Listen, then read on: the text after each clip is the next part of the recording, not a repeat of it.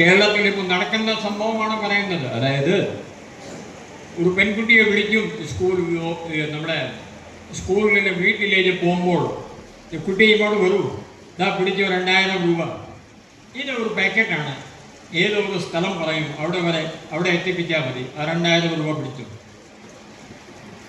വെറുതെ 2000 രൂപ കിട്ടുന്നു എന്ന പേരിൽ കുട്ടി ആ പാക്കറ്റ് എടുക്കുന്നു. അതിനകത്ത് ലഹരി വസ്തുക്കളുണ്ട്. പോലീസ് വിവരം അറിയുന്നു.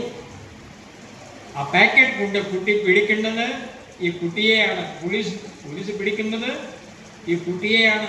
ആരാളെ വസ്തു കൊടുത്തു ആ ആളെ കാണുമില്ല, എവിടെ കൊണ്ടുപോകുന്നു അവർ കാണുമില്ല, കുട്ടി ജയിലിലായിരിക്കും.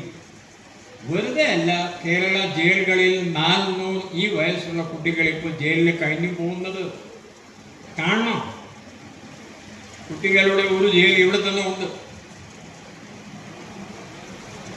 ഹെഡ് മാസ്റ്റർ സർ അവർ ഒരു ദിവസം ആ ജയിലിൽ കഴിഞ്ഞു പോകുന്ന കുട്ടികളെ ഒന്ന് കാണിക്കണം. അവർ കാണട്ടെ, തെറ്റൊന്നുമില്ല. കുട്ടികളെ ജയിലുകൾ കാണാൻ കുട്ടികൾ വരാറുണ്ട്. ഞാൻ പഴയ ജയിൽ DGP ആണ്. അവരുടെ